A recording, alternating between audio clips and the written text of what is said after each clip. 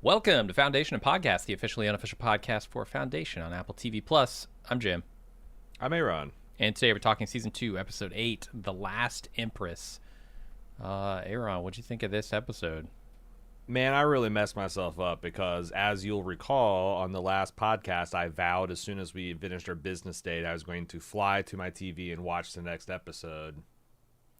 Which, because of our schedule, made it a 2-week gap before I can watch the next episode that's going to end today. This is even the worst one to end because, like, I was just reeling. Like, it was going into, like, what it felt like a Scooby-Doo kind of direction with, like, Dusk and Rue going down into the tunnels with, going into the Demerzel dungeon or whatever the hell it is. And I'm like, and then and Cleon the First comes out and starts, I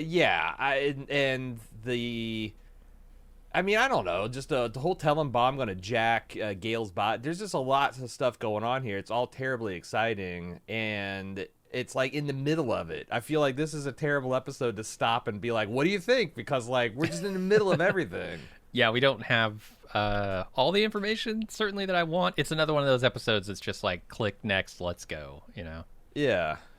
And I can't. It's for 2 weeks. I mean, a larger than average wait, and it's been excruciating. What did you think? Oh yeah, same here. I'm desperate to see the next episode because I want answers to, who's the prison for, those kind of things.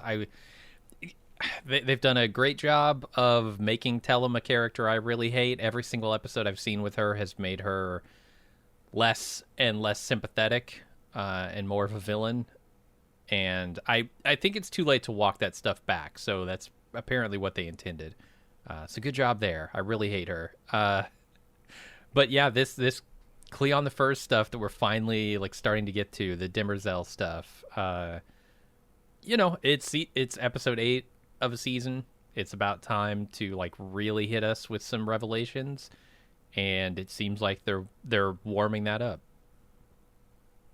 Yeah, the way they're kind of like inverting some themes, and layering and contrasting. Like, for example, I was thinking of Tellem's big speech about how, we feel all the suffering that we cause, and that makes us do only what's required. And it's like, I was thinking when, she also was talking about how when she first jacked the little child's body, pushed her mind aside, made room for herself, how the little girl, she could hear her faintly for years, like she's down in a well. And I'm like, that doesn't seem like someone who's really opening themselves up to feeling someone else's suffering. Nope. And another way to describe a person who opens themselves to all kinds of extreme suffering is desensitized. Like the Sure. first time, you're a soldier and you see someone's brains blown out in front of you. Well, I imagine every single time it's shocking, but like there's some people who just like push through and whatever, are able to shove down whatever is, core of their humanity and continue to do the job they have to do. And I just kept on thinking about that. It's like, are you just full of shit? Like, have you exposed yourself? So now it's like you just like you're desensitized to the suffering, especially people like Tellem, who's had several lifetimes to get calloused and desensitized towards suffering of sentient creatures. This is an example of things I'm like, man, you go back and revisit some of the things they've been saying and how they've kind of been turned on their head. And yeah, it's like I said, like I've been trying to see her as a Magneto figure. And you still can. Like I said, it's like she's come by all this cruelty honestly. But it's also, I feel like they maybe zigged that too, that like she had a life of privilege. Although I guess that was a shit life too. Yeah. Anyway, it's just torture in its own way, but there's a lot of thinking to do in an episode like this. Yeah, for sure. And a season like this. No, it's exciting. I was apparently wrong. I mean, look, my prediction was pretty tongue-in-cheek, let's be honest. But Constant and Hober, how'd you enjoy that scene? Oh, I mean, it's Constant is single-minded. Like the second that Very, she yeah. she is clinging on to her Haslan's pyramid of needs by a fingernail. She's like, let's get it on. Yeah. um it's cute. I don't know what to make of Hober being so intimidated by her. Like,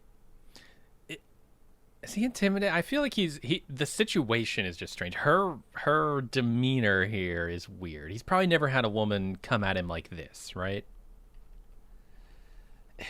really? I feel like this is so many thousands of years in the future that surely some of those gender dynamics would have broken down by now. You got the Sadie Hawkins style of like just going and expressing sexual interest in somebody. Yeah, but it's the transactional nature of it.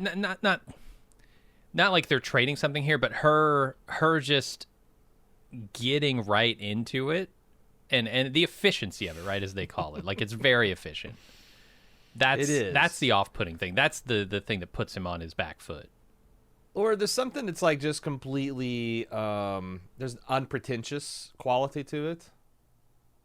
You know, there is no like you said, that's not someone that a person who's, I guess, what am I trying to say here? It's not something a person that's like putting passion first would say. It's Certainly like, well, not. I decided about stripping down naked or kissing, and I thought that the stripping down naked would be the most efficient. It's like there is something. Yeah, it's weird. It's really weird. Yeah, it's like very earnest and straightforward and almost industrious. About it. Yeah, it's good. It's good. They, like I said, they have a lot of chemistry. I thought that's It was entertaining. my shipping heart is For sure. satisfied. Gotcha. I'm trying to think, but yeah, there's just so much stuff going on, and we've got so much just in general of things that are going on that, you know, it's like we didn't really revisit Belle just a little bit. No new news on the spacer front. Like, there's this show is now can afford to like have balls that they toss up in the air and don't get back to for an episode or two because they got so many other fascinating things to do.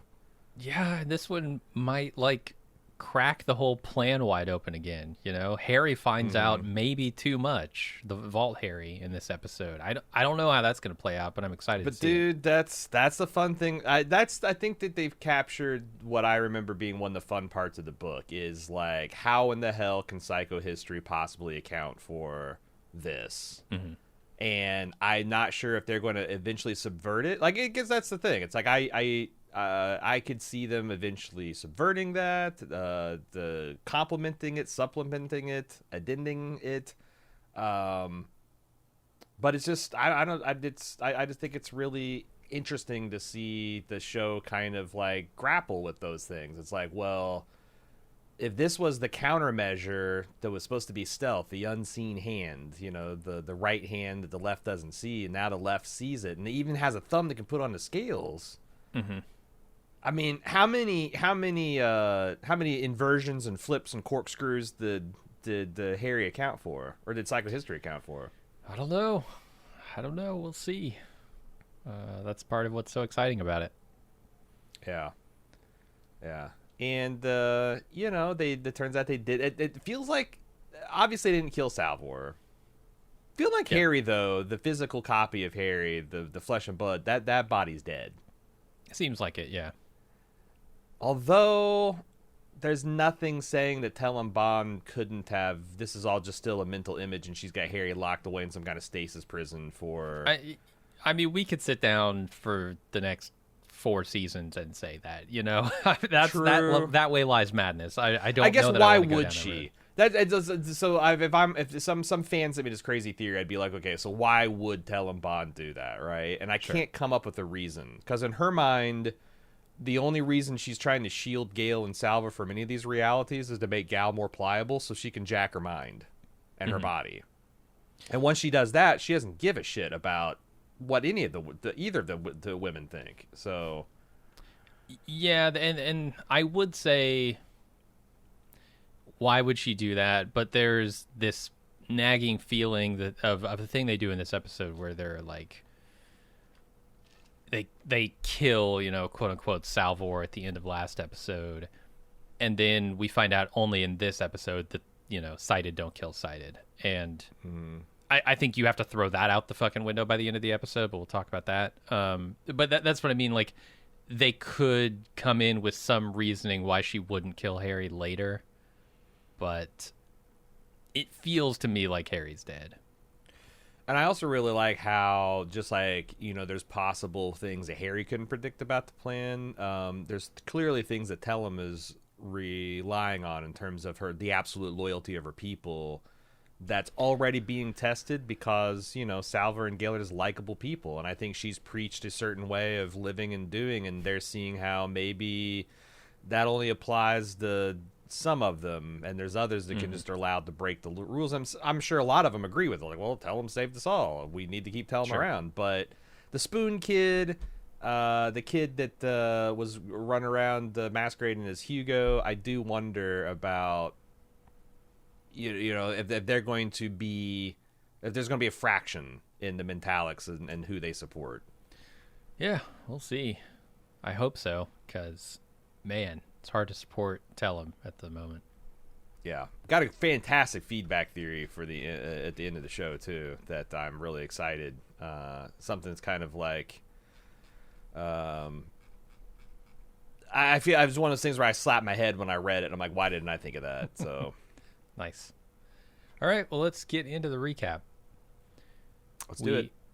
We start off with Rue sneaking into Demerzel's chambers to snoop around. She is found by Brother Dusk, and she asks some questions about Demerzel's origin and purpose. And then out by the mural, she asks about the robot wars. And all Dusk can think of whenever he tries to remember Demerzel's role in the Empire is this line, "She will always be here as she has always been," or always has been. And Rue says, hey, Dominion can restore those memories if you're having trouble accessing them. And Dusk notices the chroma on the mural isn't moving the way it should, but he's called away in the moment for the execution of Polly and Constant. Yeah, what'd you think of his Howard Hughes Wave of the Future moment where he like tries to recall certain things and just he comes up with one little pithy phrase? I don't recognize that reference, but like isn't that the last scene in Aviator where you think Howard Hughes is like beat his mental illness and then he's talking about something being the wave of the future and he just locks in the wave of the future. It's the way of the future rather. Gotcha. Yeah. It's interesting to see Dusk react to this line because I think not it's not the conjuring of that line that puts him off, it's the repetition of that line, right? So if he were to think of Demerzel outside of the context of someone prodding him about Demerzel, the line would come up and he would move on. And he wouldn't realize that his memories have been specifically perhaps altered. But when he's confronted with it over and over, and all that he can come up with is this one line, it starts to sink in what's happened here.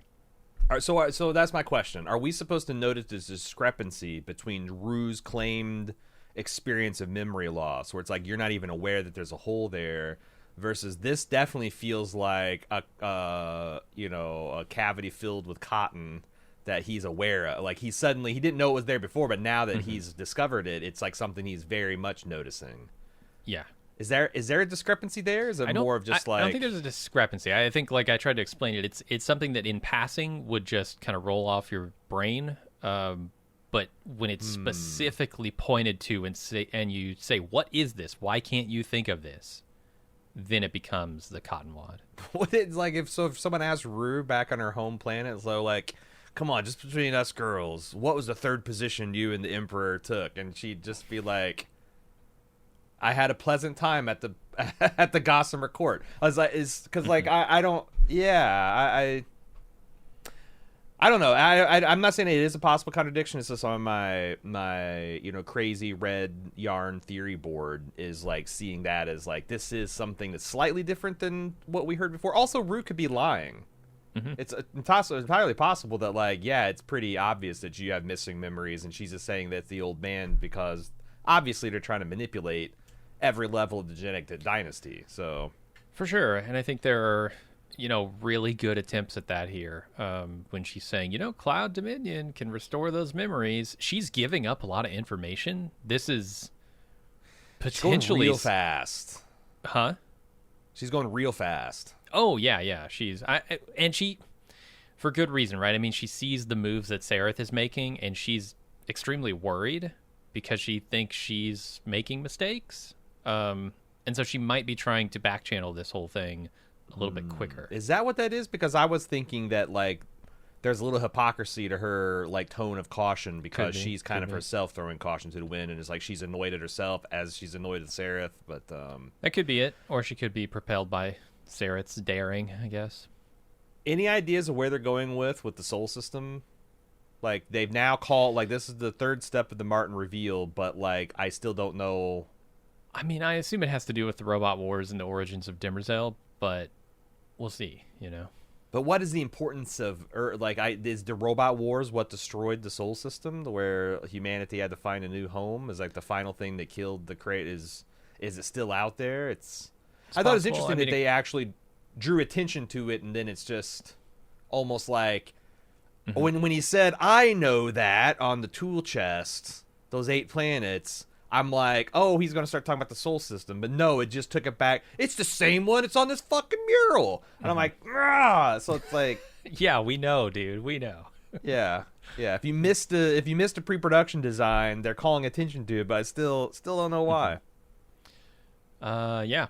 I don't know. But this idea that his memories are gone is like super interesting to Dusk, right? He's been worried about that, and now he basically has confirmation of it, and Rue is offering a solution to that. I think he's going to be inclined to really hear her out on that.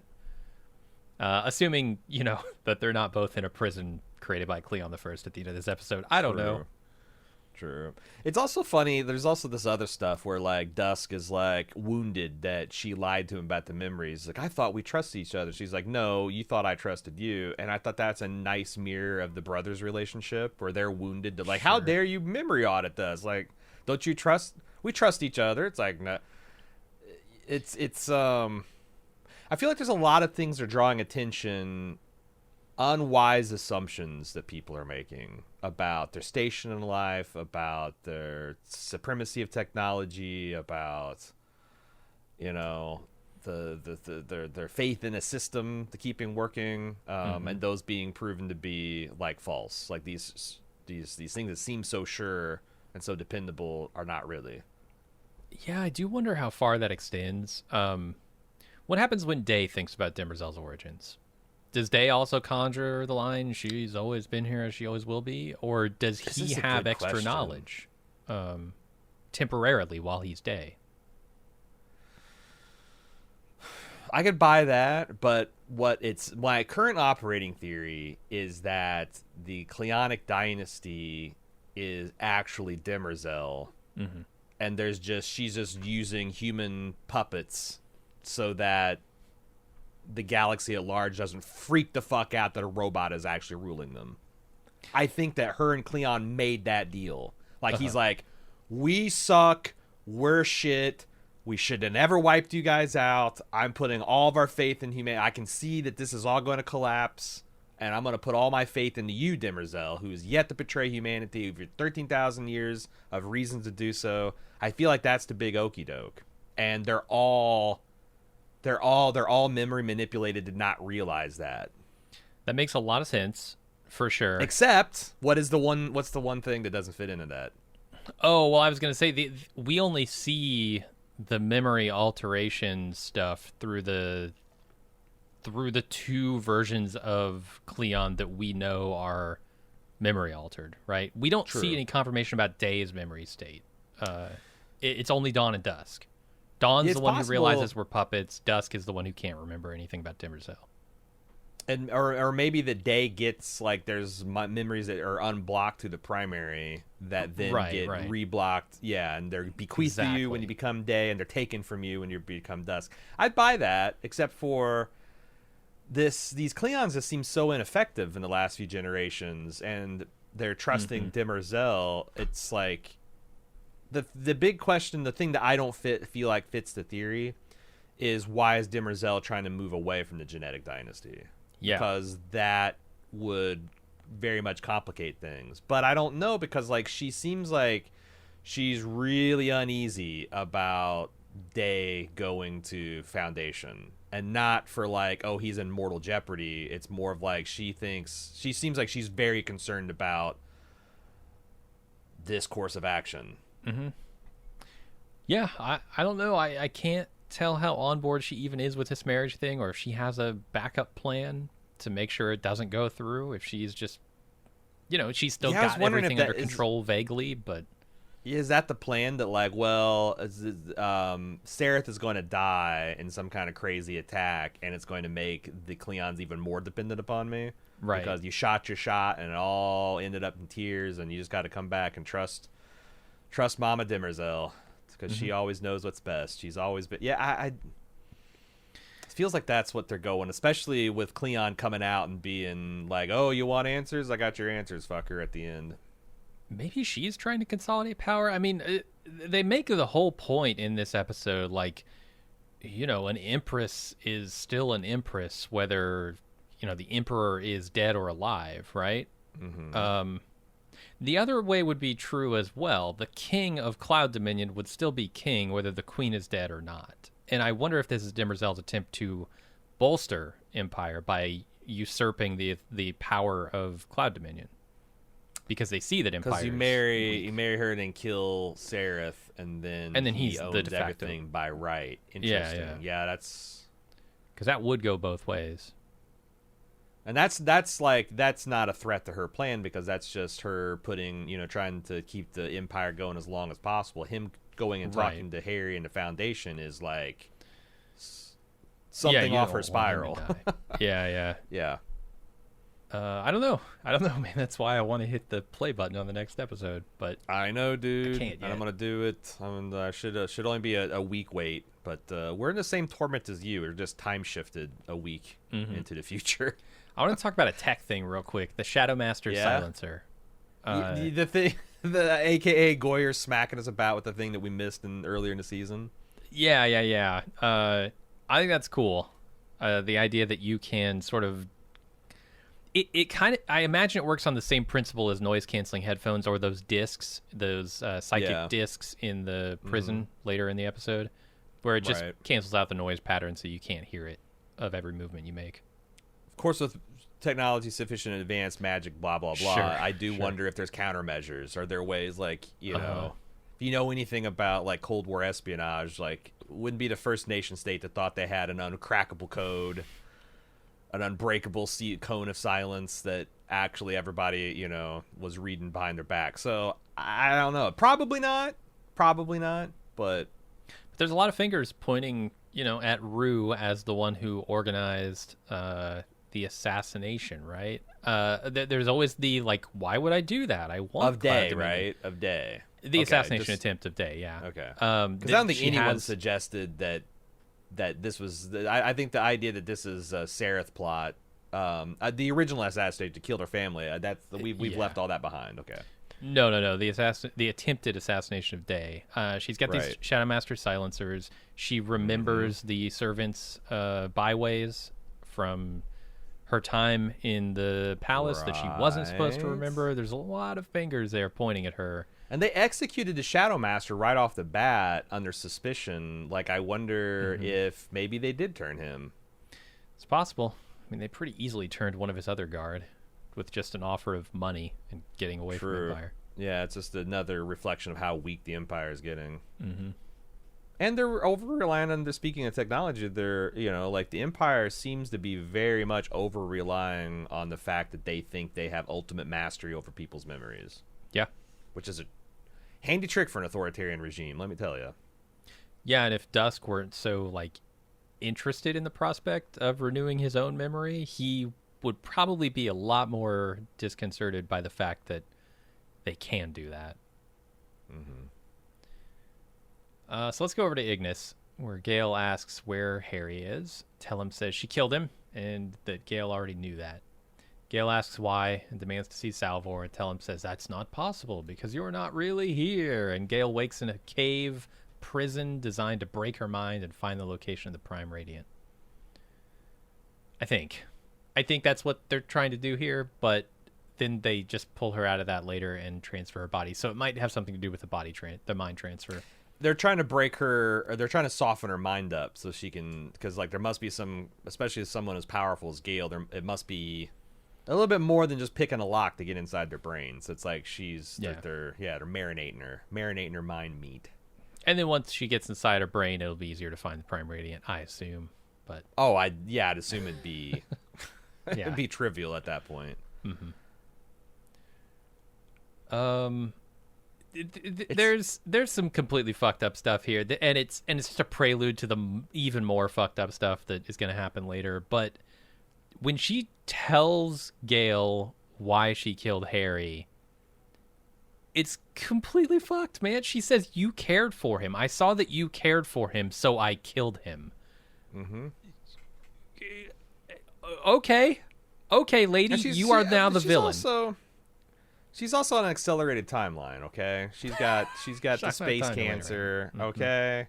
Okay. You know, maybe she could do something kinder if she had the time, but, you know, the grand sweep of the galaxy, a couple hundred years of lifetimes. What's one Harry Seldon against that? Yeah, one genius's life against that. This also, because, you know, it's also making sense because there's been a few scenes where we're like, what the fuck was that? Like when Gail had that spontaneous, like, drowning vision. That's when Harry was dying. And there was another instance where, what was something we didn't understand? We had that question about, like, you know, why did Brother Constant say, like, oh, this reminds me of when I came back the first time? And Polly's like, what? And she's like, oh, nothing. Well, that was a clue that Harry was inside her because she had never been. So it's interesting to go back, and I imagine the season will reward this a lot as interwoven as the stuff I'm just getting on my first go through. But I bet they do that. I bet they're doing that a lot. They are. I listened to the latest official Foundation podcast. I literally finished it 5 minutes before we got on the horn today. There's so much stuff in there where he says, oh yeah, and this is a seed we planted, and this, and I'm just like slapping my forehead. I missed that completely, and I wish I had that information when talking about it because it makes it so much more interesting. Yep. Yeah, official podcast, pretty good. It is. Josiah, the little kid. You only had to listen to one Foundation podcast. Probably make it that one. I don't know. I recommend it, but maybe not that strongly. Josiah, the little kid cited, sees Tellem coughing in this scene. And I'm not sure where I stand on what I think he thinks about Tellem. Because he seems to be helping out Salvor. He feels bad about how she's being treated, gives her quite a bit of information here, more than Tellem would want him to, certainly. He might be the thing that steps in between her plan and getting Gail. That's exactly what I was thinking, too. He's like, there's something about also the fact that he's relatively innocent and naive. Like, he might believe the kumbaya shit that some of the older...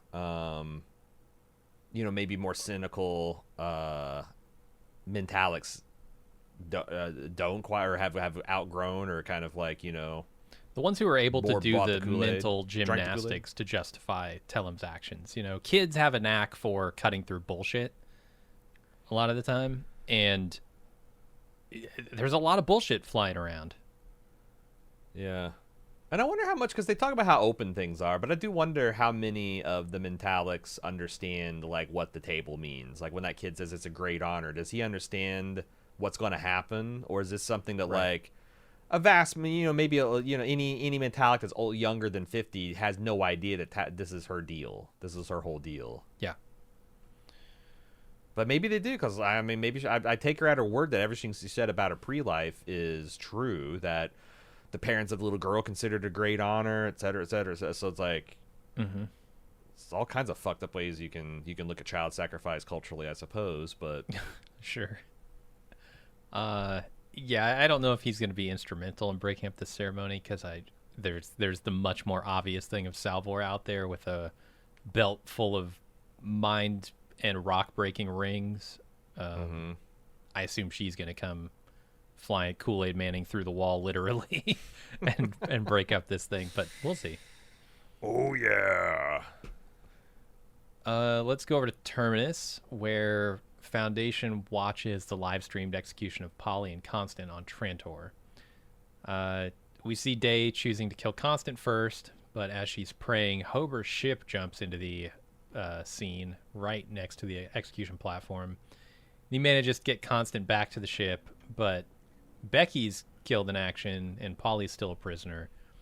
And Hober takes off Constant's collar, and they jump away hand in hand. I tell you, this show's got a thing for one-off, intriguing sci-fi design. These collars of typhus. Mm-hmm. Mm-hmm. Damn, just iris your head right off. Yeah, it's like a cigar cutter. Oh yeah, why not? I mean, that's cool. If you're gonna have executions, make them cool. That's what I say. Make them a spectacle, and this is a fucking spectacle. This whole scene, man. Oh yeah. Hober jumping in. Just the grandiose nature of this execution being broad beamed to the galaxy. Galactic, and then Hober just like stares right at the camera and big sorry, knocking your shit over, dude. This is, and as far as statements go, holy shit, this couldn't be a bigger statement. Empire can be touched. It's what Glaywin says later, right?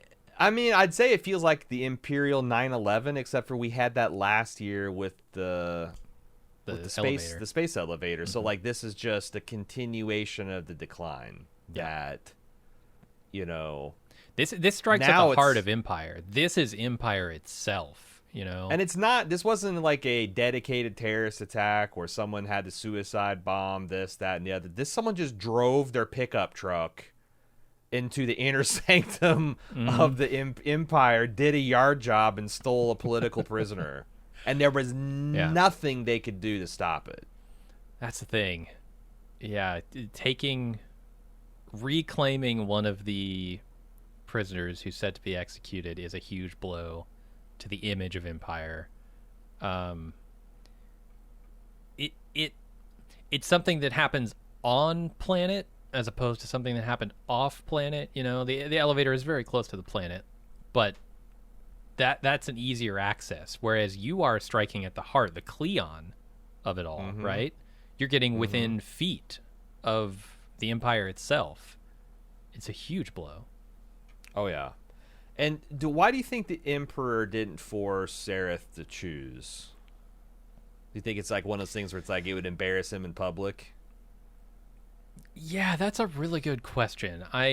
Because when he puts it to her, I'm like, oh, I see what he's doing here. You know, he's trying to force her into being complicit in this act that is going to turn the people kind of against her. Like executions are a violent. Yeah. It's a possible lead into that. But when he lets up on that, it's the same question I had about Demerzel last episode. Why didn't she force the examination of her womb? Right, all these tests that they're supposed to do. Well, that made sense because she still thought that Day valued Sareth's consent and you know, and she didn't want Sareth blowing up her spot about being a robot, all this kind of stuff. Like that made a little more sense. This, I'm genuinely curious. I don't quite understand why he doesn't force it here, but it's just like a threat. Because like the thing is, like if she just like balks or does anything but enthusiastically says "off with her head," you know, he looks like a fucking fool. So it's one of those things where it's like it's a little bit of like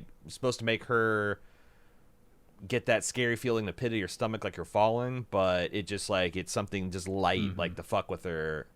I don't know, because the thing is this stuff, I will say this does plant Day as kind of a big dumb, but I already kind of knew that. I almost asked like Goy that as a question. Is like, are you guys writing Day to deliberately seem stupid? Not just in his terms of his actions, but I've even found his speechifying is extremely vulgar. Not in like a profane way, although it's that too, but in just like a very coarse, common. You know, he's talking like a not particularly bright Fortune 500 CEO.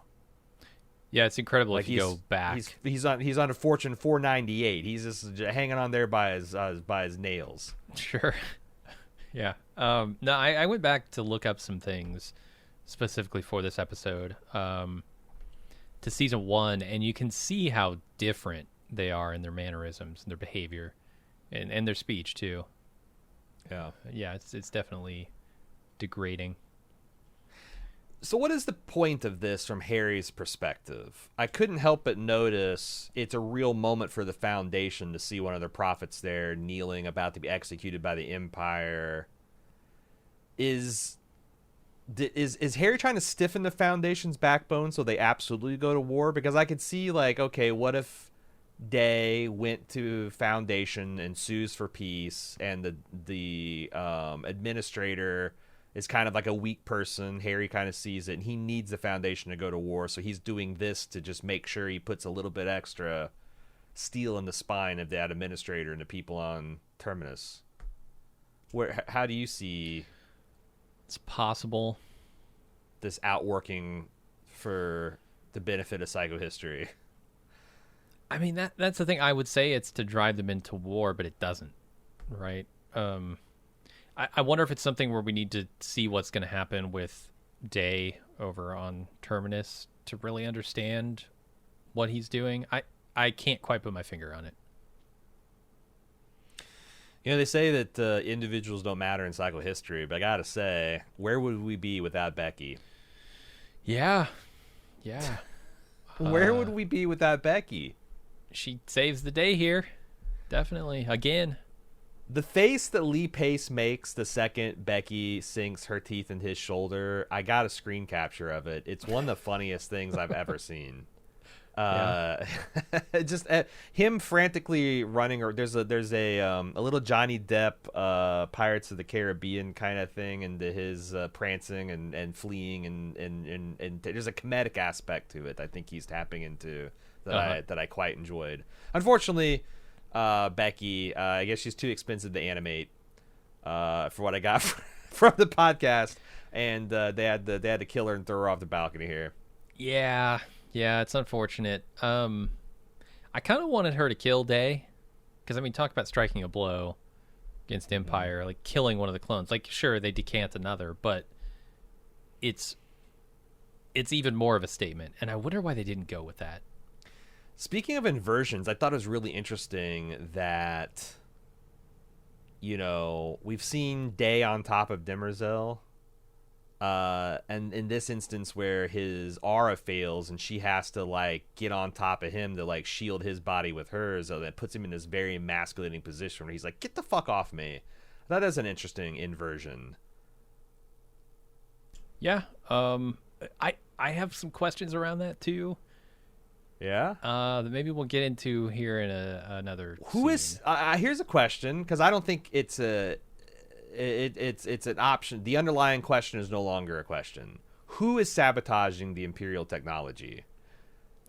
How many times have we seen an aura fail, nanite bots not working, security cams failing, records be? Who the fuck is sabotaging the? It's got to be Demerzel, right? It's got to be.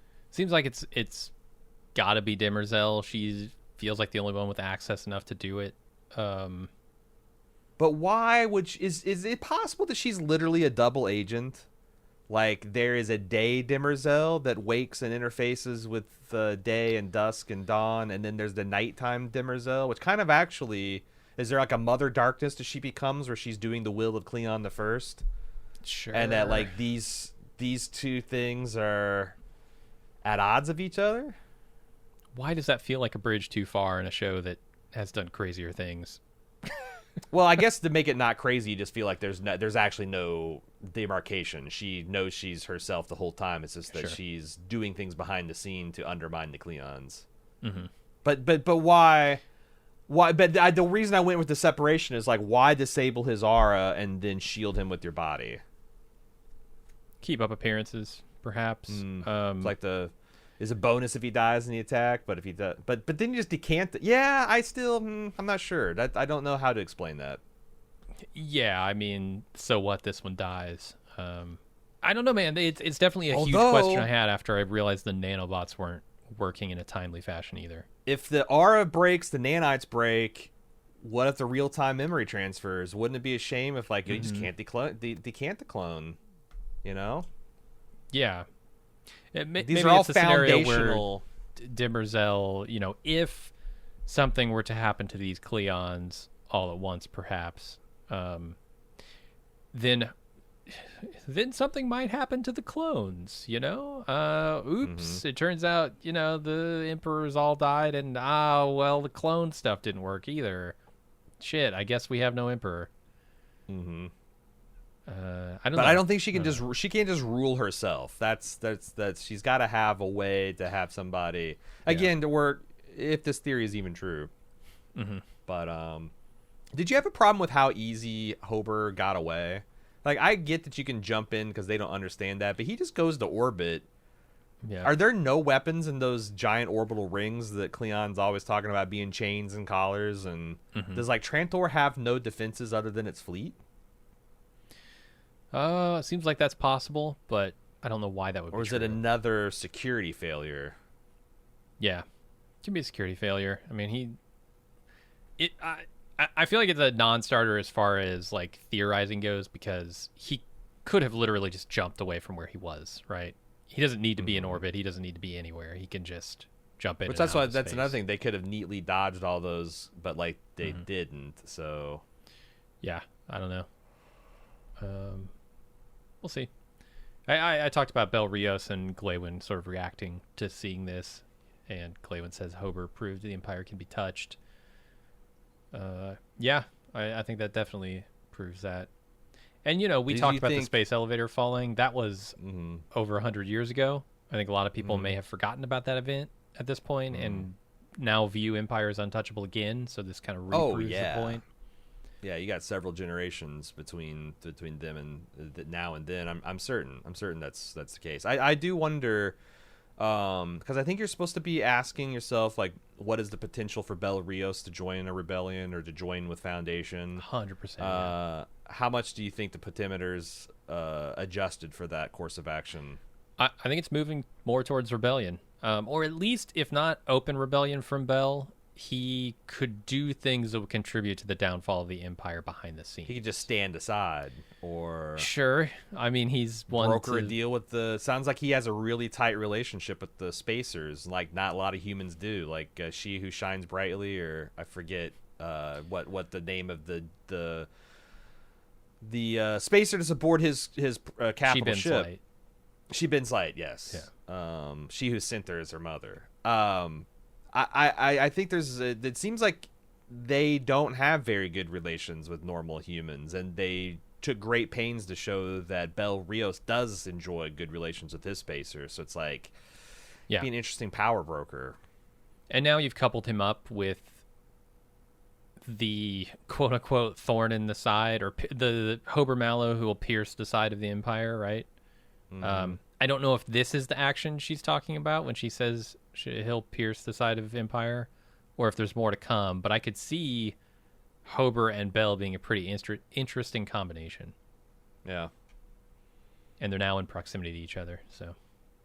And they admire, you can't help but think that Bel admires Hober, his dash and daring and style, panache. Yeah, I assume that. Well, we see why Harry wanted Hober, but I assume the benefit of having Hober here is that he's the only one stupid enough to do this. Because, man, it's risky. So everybody's taken back to the palace. Dusk says they have to retaliate. And Day says, I'm going to go to Terminus to talk to Foundation. And he's going to take Polly with him. Nobody except for Sareth thinks this is a good idea. So Day leaves Trantor in Dawn's hands. Is Day an idiot? Do you think Day actually is touched by Sareth, his backing, or is he just playing? Is he assumed that she's playing the public part, so he's going to do the same? But it's a weird public part to play in their inner sanctum. I think Day's just this dumb. Really? I think Day's got his mindset, and he might not care what Sareth thinks here. Because, look, as a viewer, I see this as a naked attempt to get him killed. Like if he goes off and does this thing, he's gonna get killed. They're gonna decamp maybe a better clone. I don't know. Well, he's still stupid. You're not explaining the situation where Day's not Uh-huh. stupid. You're just saying, here's the other depth of the unfathomable stupidity you haven't considered. So it's like, okay, I'm with you. Yeah, I mean, Day is definitely not the brightest bulb. Going to the Foundation personally is, I guess, when you're a clone entity, it's not as was gonna say, crazy is that as if the you worst weren't. But That's actually one of the first smart thing he's done. You know, like, let's try talking. What could it hurt? If they annihilate us anyway, then we talk before they annihilate us. We annihilate them and take it when we talk. But what? Yeah, what's it sure, hurt? I don't know, man. It doesn't seem It's like also- there's any hope of it working. Oh, I Out agree to with the that. benefit of But the it's Empire. also, I'm like, from his, it's also a rejection of his brother's philosophy of like sit back on Trantor and let Demerzel handle everything. So one of the things I noticed in this scene is he leaves Trantor to Dawn when he takes off to go to Terminus. That's a change from what he's done previously, and I assumed it was protocol to leave the planet to dusk. He did this when he went to visit the Luminous in season 1. He left it specifically to dusk. That makes sense. He's got the experience to run the Empire while he's gone. To leave it to Dawn is a slap in the face to Dusk, an intentional one, I think, just to spite him. Yeah, it's showing that, you know, Don't disagree with me. it's a rejection of his seeming lazy and disinterested. And he's like being punished, like, It's that, you had your thumb up your ass the entire time I was coming up, and now you want to be like, oh, it's an act of war, an act of, no, fuck you. Yeah, he's definitely being sat down. Yeah, for sure. We kind of already talked about the aura stuff not working. We could go here to Rue and Sereth in private. Rue tells Sereth that she can't get romantically entangled with Brother Dawn and reminds her of what's at stake if Day finds out. And Sereth says, I am queen and I will make the choices. Anybody who has to resort to saying, I am queen to win an argument has lost that argument. Yeah. Yeah. But on the other hand, I think there is a little bit of Rue not taking her own advice and trying to call, and her queen, who, that's the thing, is like Sereth is not Joffrey.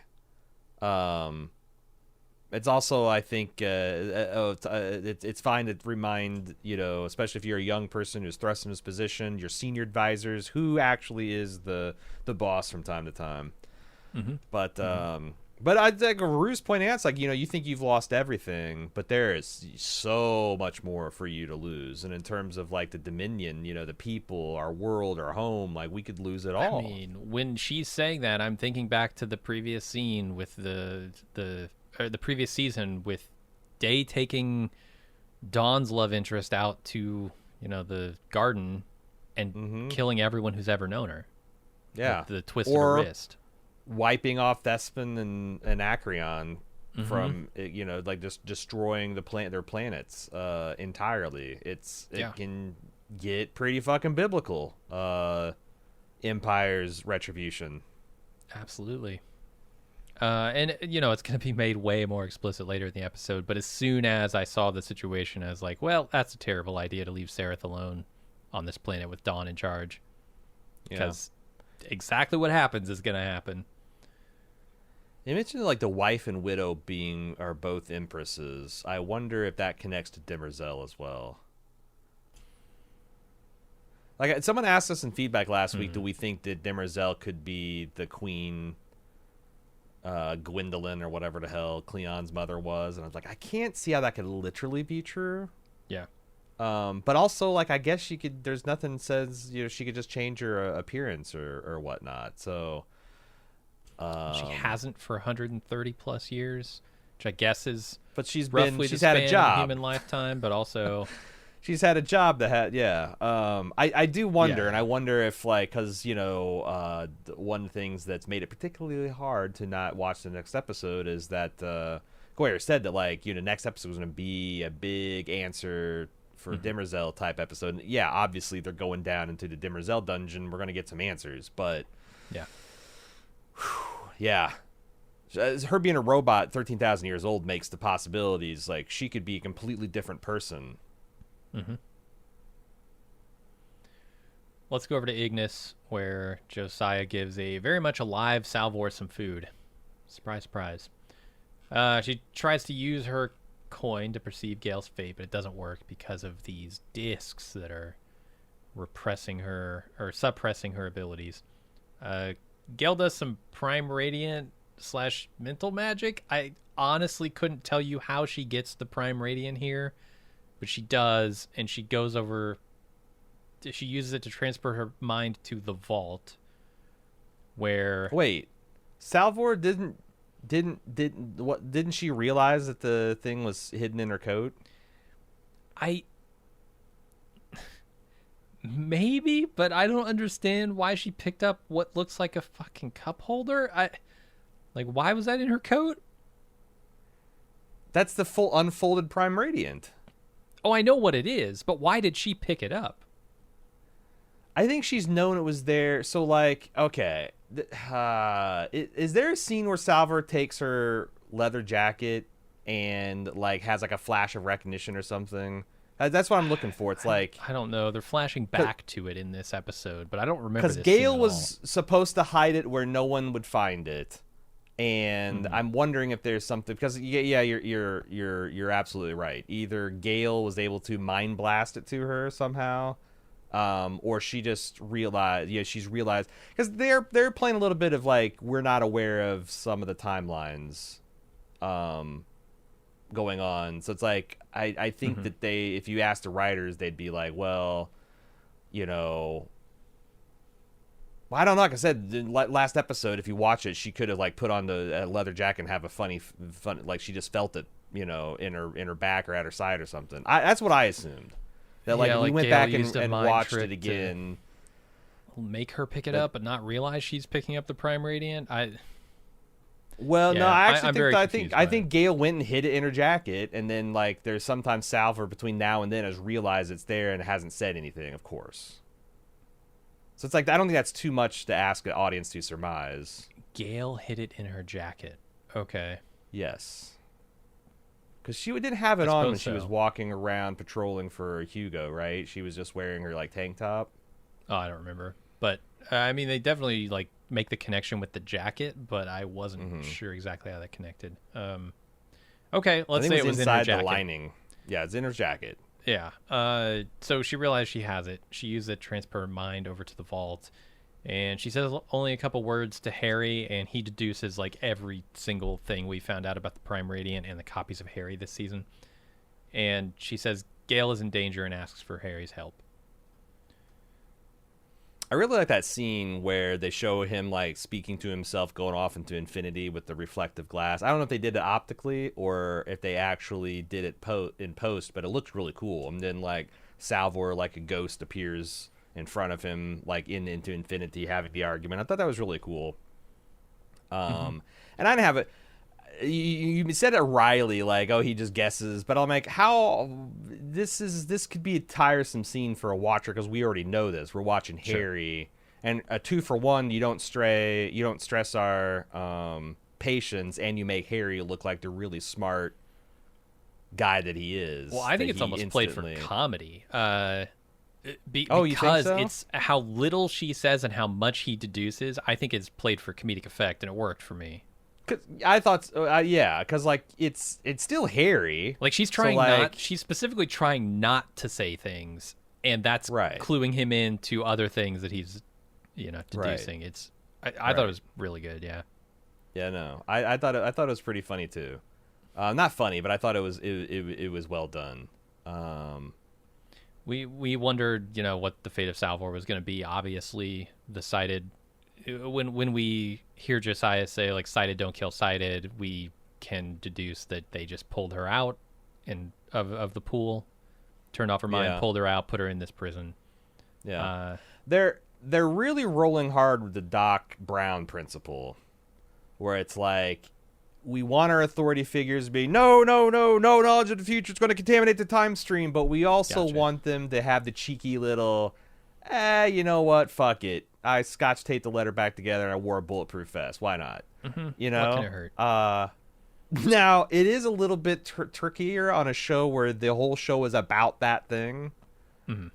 To do that and not fuck with the story that you're trying to tell, but we're early enough that I'm unclear of what side the show's going to end up on different things. So it's like I don't know. I think it's a lot of fun. But yeah, Harry being like, "Don't tell me anymore. It's going to mess up the math," and then fuck the math by the end of the episode. Yeah, totally. Fuck.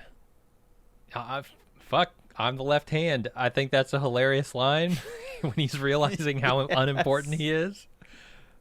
Because he briefly gets excited of like, oh my god, maybe I'm the oh no, I'm the if I don't know it, I'm the left hand. Yep. It's a great line and it's a great reading by Jared Harris. Yeah, and it's exactly how Harry would feel. Like his ego took a hit there. He takes no satisfaction in knowing there's a version of him out there that is the right hand. He just wants to be the right hand himself. Yeah, yeah. And I wonder if the power struggle between them is something intentional. Right. That like, well, I need to light a fire in the original Foundation, so making them feel like they're the second banana is going to do that. I mean, it's like I said, wheels within wheels here. Mm-hmm. And I want to see both how much is part of the plan and how resilient the plan, or I guess psychohistory is to changes, deviations from that plan. So this kind of stuff excites me, where Harry finds out information he's maybe not supposed to have, or maybe supposed to have, right. At a certain time, and how he reacts to that. And there's also overall, I keep on thinking back to that this has already drifted and deviated quite a bit. You know, like we are, 173, 168 years behind schedule for the second Foundation. Yeah. Yeah, it has not happened yet. And some of the stuff that Tellem the Bond says later really blew my mind too, but we'll get to that. Because there's, like I said, the show feels like it's throwing its own monkey wrenches into its own works at some of this stuff, and it's like they got to have this all figured out. Yeah, there's a icky sadness that comes with some of Josiah's lines. He's talking about Harry. He's saying sighted don't kill sighted. A, ask the founders in DS9 how that worked out for them.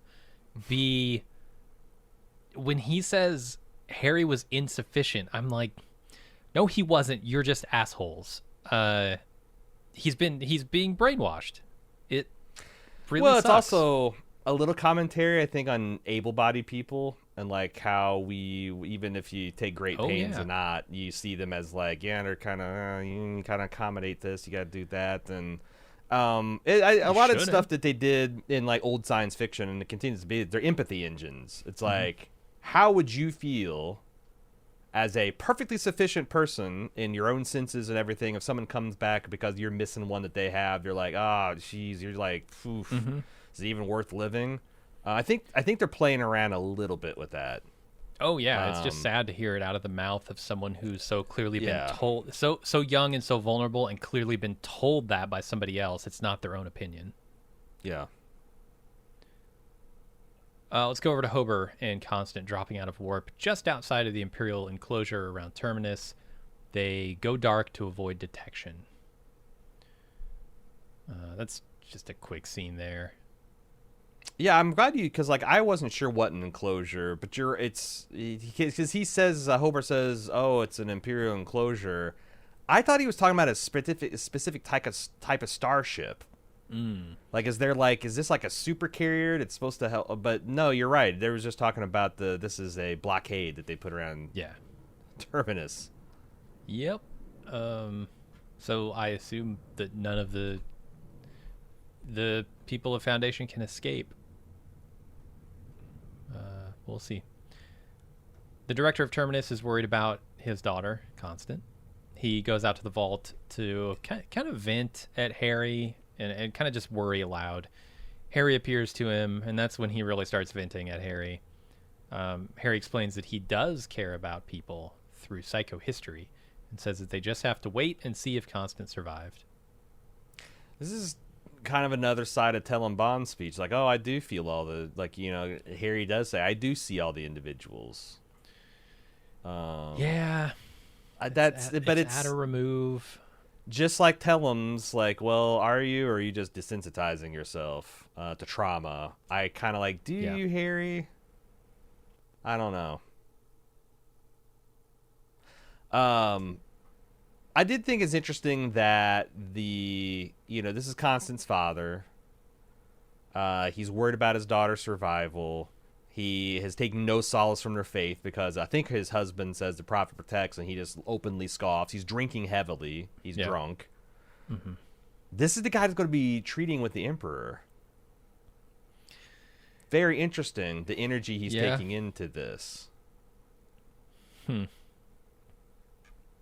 I feel like there's something about faith in here too, because this guy brushes up against the faith part of the Foundation, but never kind of crosses that line. Whereas you see Polly doing not the opposite, but a far more potent version of faith, right?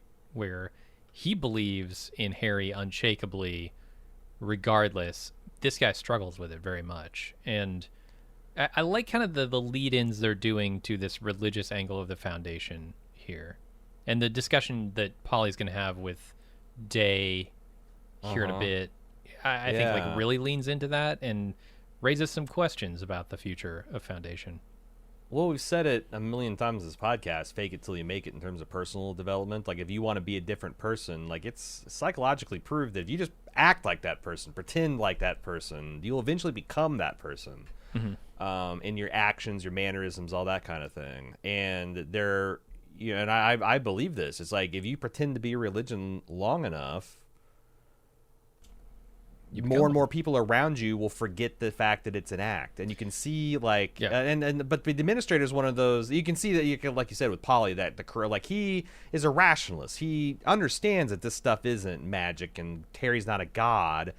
But when he gets caught up, like, the line gets pretty blurry where the administrator's clearly on, like, oh, God, constant, whatever you do, don't join up with the mendicants. Mm-hmm. Like, that sounds like it's got lying, dishonesty based into it. It's like, I didn't want her to be one of Harry's dupes. And we know from Polly that she is the dupiest of the dupes because she's just got unvarnished faith in the prophet. That must gall him at some level. So... Yeah. He's going to take a lot of sacrificial daughter energy into his meeting with the Emperor, and I bet it doesn't do the situation much good.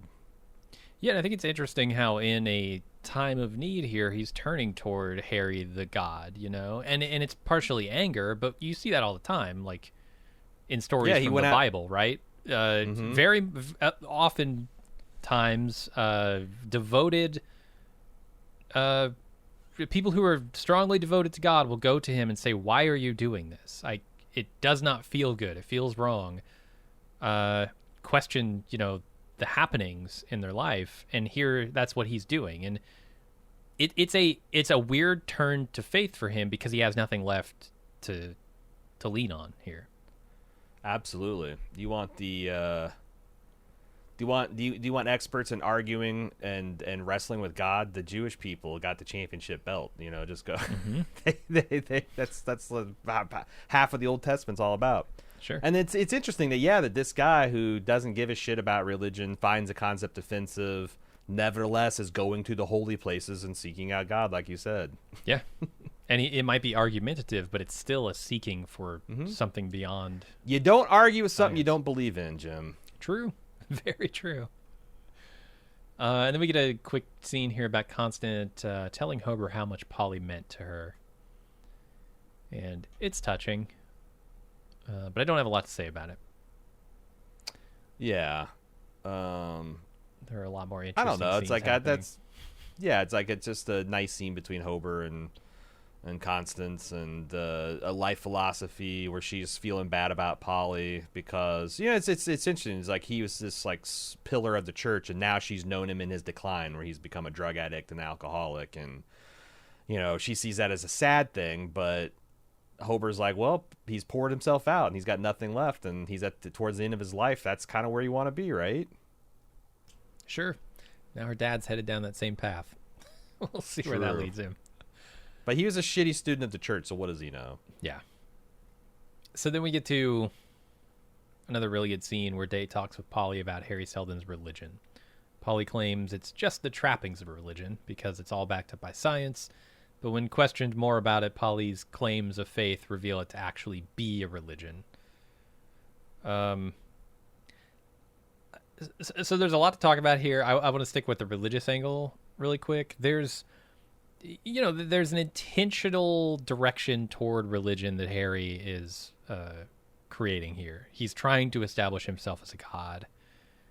And I think one of the things that goes unsaid but very much implicated in this scene is, or implied in this scene is, what happens once you create that unshakable faith? What happens once you install yourself as a god? How do you get past that? Or are you looking to a future beyond religion for foundation? And if so, can you forsake your people enough that they will no longer consider you a god? Can you give them something else to worship? What is Harry's ultimate goal here? Is it just to establish himself as a god? Because that doesn't seem like a place that humanity ends up 10,000 years from now all happy. How do you wean people off of fanatic religion? Right. What's the methadone for that? I think it's a super interesting question, and I have some ideas, but we'll see how it goes. And this is all there's I guess another question here where Day brings up the topic of his own ignorance and whether Harry presupposed everyone's ignorance about his plan in the plan, and how does that break the plan? But I'm not so sure that that's a solid thing to lean on, because if you look at the way that Harry has operated, initially he presupposed Empire's knowledge of his plan, right? He went to them and said, this is all going to fall. Here's the proof. And he kind of said, you need to know this. And that is part of the plan. And I don't know if maybe some of the people in the audience don't realize this too, but you're supposed to understand that Harry's already walking the plan of psychohistory years before he gets to the Emperor with Gail, like selecting Gail. All this stuff was him. So like, just when he was talking to Gail about the odds that we could have been executed or this or that, there's still small chances, but like him going and revealing himself to the Empire. Yeah, that meant he no longer presupposed you're ignorant, because he saw the potentialities of that event and he thought it was to his favor. So like it's like widespread knowledge of the exact plan of psychohistory would probably be destructive, but just saying like Day just doesn't understand. It's one of those things where like he's never tried. Like it's one of those people that's like done their own research, but their research is essentially going to Google and be like, why is what I believe the right thing? Oh, I didn't like that. And that's the kind of, like, when he says I've studied the Foundation, I've studied Harry Seldon, I've studied this. You've read your biased Imperial archives, which I imagine the propaganda on that would make Mussolini blush. You haven't really studied shit, man. And this is like his whole thing is like, you know, and I know, that means he can't predict shit anymore, right? It smacks of like a person saying, like, if you ask a cop if they're a cop, they have to tell you, right? Sure. Like, that's not how any of this shit works.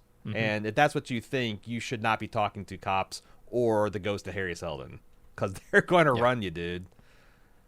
There's a lot of stuff he says in this scene that seems, on the face of it, wrong to me. He thinks that there's no egg strong enough to stand up in the face of a nuke. I think you're wrong. I think that egg is the vault. I think if you nuke the entirety of this planet, scour every single bit of life from it, Harry Seldon will remain standing. Do you think it'll come to that, though? I doubt it, but I don't think we'll so see. Either. It'd be I funny just think he's making assumptions that are wrong. Yeah, oh, for sure. And it's chilling at the end where Polly says violence is the last refuge of the incompetent. And the way Lee Paces kind of stares right at him and says, "You're probably right about that." It's extremely ominous. Mm-hmm. I also think there's something that the egg may be not necessarily the foundation on Terminus, but the religion that Harry is trying to install. There's a scene earlier where we see the guy over on Savannah who was trying to attack, leading the attack on Constant. And they're burning books, right? They've found like the Imperial spies book stash, and they're burning all those things. But he's looking back at it like maybe there was something there. He's looking back at it very thoughtfully. And I do wonder if this is not designed, like maybe the destruction of the first foundation of Terminus itself is intended by Harry, and it's designed to instill this religion even further in the Outer Reach. Like, yeah, sure, like eliminate the seat of our power, but by doing so, you just bolster our message and our you make the idea faith. That much stronger.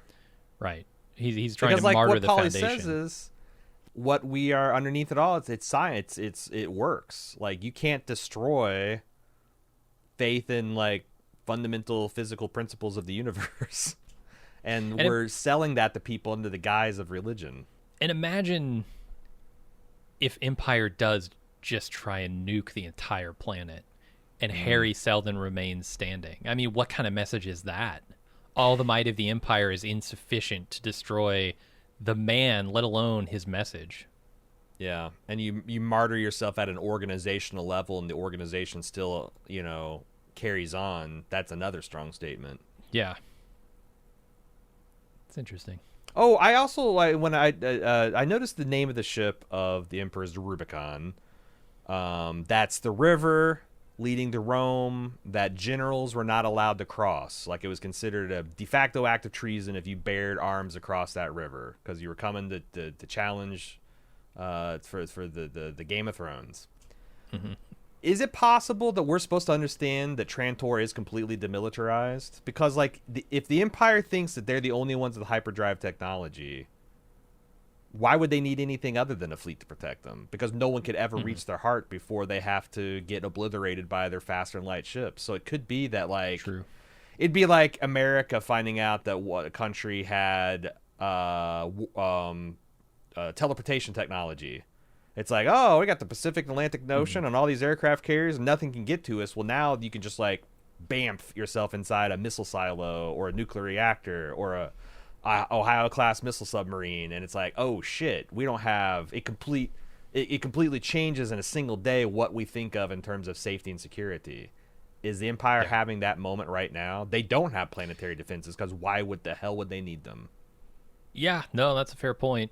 It's remarkable to me the sort of laissez-faire attitude the Day has about these whisper ships.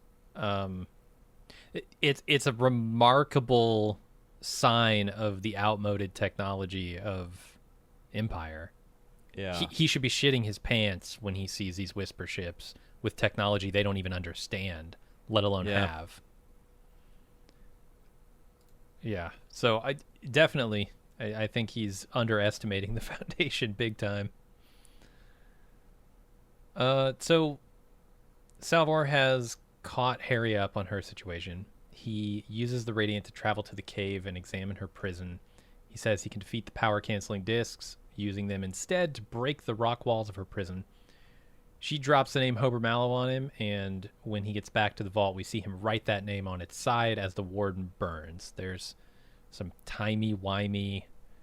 time gets slippery in the vault, as they said. Yeah, so we have been watching Gail and Salvor's story like Memento style. It's slowly been catching up to the main sequence of events. It seems so, yeah. How'd you feel about that reveal?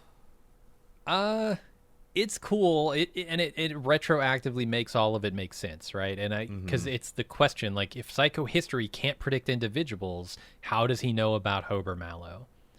I guess it doesn't totally answer that, because Gail, although she can see the future, right? So she sees a specific person. Yeah, I think it all fits. It kind of puts a Band-Aid over that, but I don't even know that I needed it. Yeah, the best show I've ever seen do something like this is like season 1 of Westworld, and then they always tried to recreate that, and they never quite could. Sure. But like but the thing about the Westworld is, like, there was a lot of signs leading up to the reveal, and then the reveal itself was like one twist beyond what you were already suspecting. Yeah.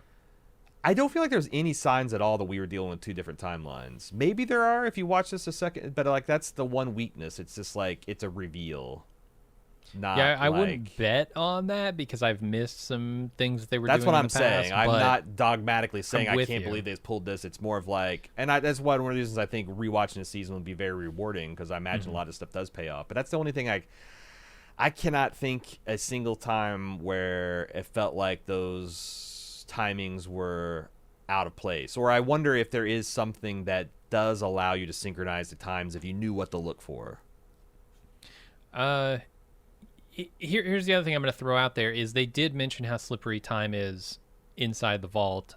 I don't know that it's necessary that the Gail Salvor stuff is happening slightly in the past, and we're learning that. I think is it it could like a be that it's sixth-dimensional... literally she goes back in time in this encounter with Harry, or Harry's able to go back in time and write that on the thing, because Interesting. they specifically mentioned time being slippery here. Yeah, okay, that would, but boy, that is just the ultimate thing to fix the foundation, because you just wait to hear the news from the future, and you just keep passing it down the telephone. And this had me thinking, is psychohistory so predictive because it can actually predict people's powers, or can Harry somehow peer into the future via the vault technology? Damn. I mean, it's like I'm not going to take anything off the table, including gutting psychohistory entirely, but like that would be the one that'd be shocking if they're like psychohistory is actually just Harry solving time travel and using that to his advantage. But I don't know. It's I mean, shit like Interstellar has played with this idea. Arrival. It's big boy science fiction stuff for sure. Yeah, I do wonder what the ramifications of Harry finding out all this stuff and knowing this, and then putting the left-handed thumb on the scale here is going to be. We're kind of seeing those ramifications real time. It's I guess that's interesting to jump back and know that this is Harry's doing, but not directly. It's like through Gail, so he's kind of letting a neat way Gail for them interpret. to dodge because that's one of the questions. Like, well, if individualities are not a big thing with psychohistory, then why Hober Mallow? This wasn't psychohistory. This was Harry fucking Seldon. This is the left thumb. Yeah, it's his ego in a way, Kinda, yeah. I'm not gonna be a left hand that doesn't do anything. But it's fair to point out that Harry knows this about himself. Just yes. like and to the extent you're supposed to get parallels between the Cleons and Harry, I think it's instructive the way how imperious Cleon was about. Don't lecture me about my own states of mind. I'm very well aware of my flashes of anger and my blah blah blah. Harry's even more so. So, and is he using that information? Because I gotta say, if I had to manipulate a clone of myself, I bet I could run circles around that bastard if he didn't know it. Because I know I know all my tricks, all my defenses, all the things I would use to verify something was true. The way like it would be. I mean, at least in the early going, I gotta imagine you'd converge as individuals. But like, I could buy that. Yeah, I think it, puts some wrinkles in the equations. Perhaps that it's Gail kind of passing on this information. How much does he understand and control Gail in this whole scenario? Because she's the one that really leaking this Hober Mallow stuff, right? Yeah. Through Salvor. Well, but but Gail, it's not like Gail leaked it. No. She told Salvor, and Salvor told Harry here that Hober Mallow would pierce the Empire's side. What was the circumstances? How is that exactly? Refresh my mind. How was that exactly transferred? That information was this how many episodes ago? To Harry? Oh, to Salvor? I don't remember. Yeah, I couldn't tell you. I don't even know if we saw it, frankly. Okay, but I could be wrong about that. Anyway, Constant proposes that she and Hober take the opportunity they have to have sex. And he agrees, and they do it very efficiently. Extremely efficiently. Yep, seize the moments. I don't know. There's cool. I liked Hober's boots. He had that kind of like space fleur-de-lis thing. It gave him a very cavalier type of look. And him trying to catch up to where she's at and waddling over to her with his pants around his ankles to try to catch up with the kissing. It's cute. It's cute. Got to take care of the body, and the spirit will follow. Sure. Yeah, I like the scene. I think it's very funny. It's to what end, I guess, is the question. Are we just trying to establish a deeper connection between Hober and Constant for future trauma that they can both experience? Or Mule baby. This gonna be? Yeah, that's where I'm kind of going with it. This is gonna be the one, Jim. I'm putting all my I'm doubling down on the mule baby. Even though I think there's a better theory in the feedback, I can't interfere. It's a canon event. I got to lose all my internet points on this mule baby theory. I mean, look, there are ways to connect people deeply that don't involve procreation, and they chose the one that does. So it's on the table. But it's a pretty fucking reliable, for sure, old school. It ain't broke, don't fix it kind of thing. All right. Well, I'm going to say officially we're on womb watch here with Constant. I'm going to keep an eye on the situation. All right. Womb watch has begun. With Day off planet, Dusk approaches Rue to resume their previous line of inquiry. I thought he meant the memory stuff. He actually meant the mural stuff, which we'll see later. Yep. After the sex, Hober and Constant are going to share a bottle of wine, but they are apprehended by Belle. The idea that there's like a spotlight going through the window of the spirit and Hober's just there, full bare ass naked, just hanging dong, I think is in front of Belle Rios is really funny. It's the unspoken implication, I think, of that scene. Yeah, I mean, he tried to cover it up, but I'm sure, his pics will end up on the internet eventually. I like that they vow always to attend each other's assassinations or executions because it's worked out as dates so far. Yep, that was pretty funny. There's a mention, earlier about this Hober Mallow sort of being the rebel that I think it's Glaywin says, like, how's that for a rebel? Yeah. It's Hober Mallow. Now I think it's interesting how you wonder how loyal Belle's going to be to the Empire in the face of this rebel, right? This ultimate rebel, Hober Mallow. I think he's going to have a lot of sense to talk, and Glaywin's probably going to be cheerleading some of that stuff. These are people we can work with, and Day's going to be manifestly not. And Belle is going to be, he's going to be the deciding factor, right? Which way will Belle go? Mm-hmm. Will he remain loyal to his oath to Empire by the letter of the law, but not in spirit? Will he remain loyal? It seems like he really likes Hober in a certain way. Like the contrast between him and Day, where it's like maybe Hober doesn't do or say the right things, but his heart's in the right place and he cares about people, versus Day, who's very theatrical and regal looking, but he's rotten to the core. Mm-hmm. Yeah, I'm very interested in this new development, the proximity of these two characters. So Dusk and Rue go out to the mural. Dusk claims there's a hidden message in it and uses some new chroma to reactivate the old stuff. And a door through the mural opens to a corridor. What do you think about the robot man in the mural being turned into, like, I don't know, maybe that's just a wall disassembly, but I thought it was interesting that it turns into a skeleton. Which is something I always think of as very human. I thought of this whole imagery as human. I didn't conceive of it being a robot. Is there some kind of mostly because it has a brain, like a very human-looking brain, and we don't. So did Demerzel. I guess we see that with Demerzel. Yeah, it's got all the structures. They're just all chrome, shiny and chrome. I don't know, and it's very interesting to hear how Dusk talked about the role. Like, he spoke of as a big tragedy that, and I like how common is this view in the galaxy that these robots that we created, these thinking sensitive beings, and then we betrayed them, and all they wanted was personage. All they wanted is to be considered people, and we didn't give that to them. And the one of them found the way to override the first law of robotics, and then shit was on. That can't be the widespread view of robots of the galaxy. Is that special Cleonic Dynasty knowledge that he's only got because he's walked the walls and he's read the histories? And yeah, possibly. I can see that. I was just shocked at how pro robot that take was. Like, we had a good thing going and we fucked it up. Yeah. Is that Demerzel's influence?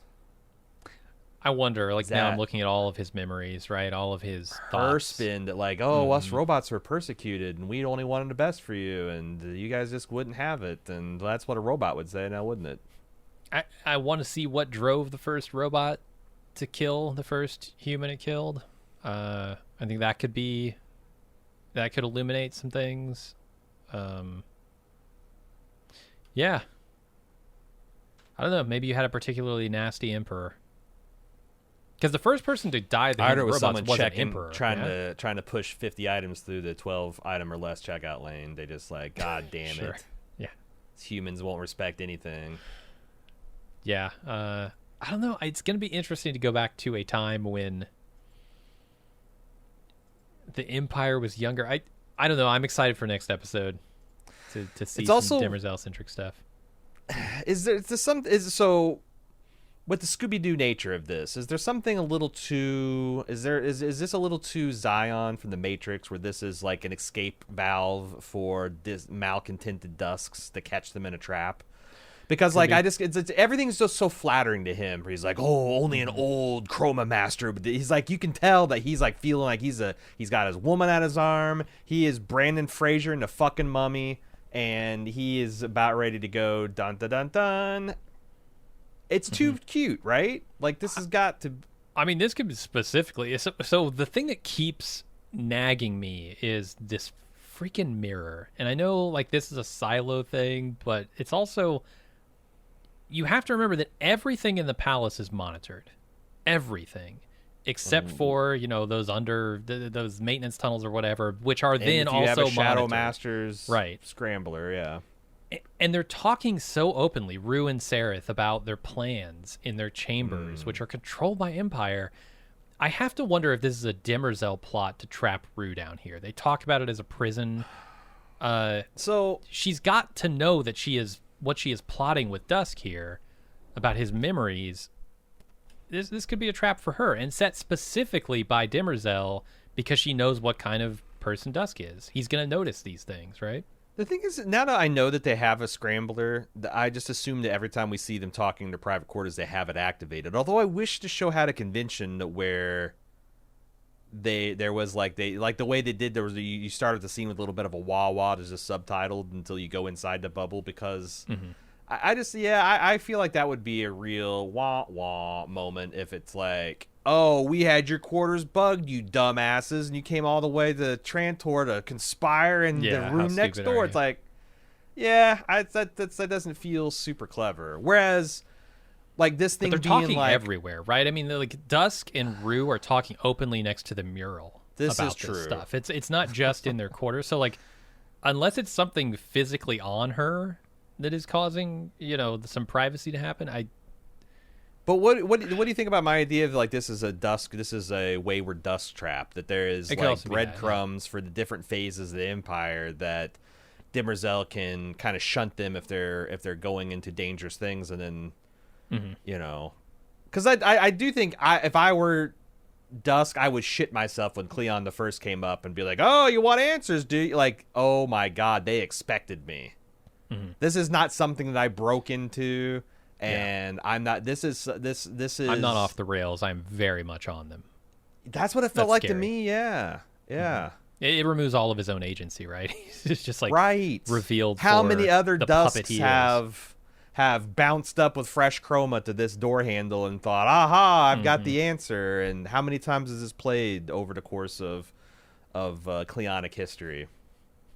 Yeah, it's possible it's that. I also like the Demerzel, trapping Rue down here angle, because it's kind of what they're trying to do, which is drive wedges between, isolate and drive wedges between the Cleons. She could be doing the same with Sereth. Like, leave Sereth alone on this planet with Empire. She's That- all, truly I mean, alone, yeah. Talk about terrifying. But Day's off the planet, and so is she. She's not off the planet. Oh, no, she's with Day. They're en route to Trantor. Or, I mean, sorry, Terminus. No, Dawn and her are banging in the tunnels. Oh, I thought you said Day. I thought you said that she's still alone here with you. So I don't think she's terrified to be alone with Dawn, do you? I think she would be terrified to be alone in Empire by herself, just in general. Certainly a scarier position than having the backup of Rue and whatever that other dude is. It feels like it's an evenly numbered match now that they got Day out of the picture. So I thought it was like less attention. Oh, but what you I'm could saying be is right. if this is a plan to trap Rue down there in some prison, right? Oh, right. But yeah, I don't know. We'll see what it's all about.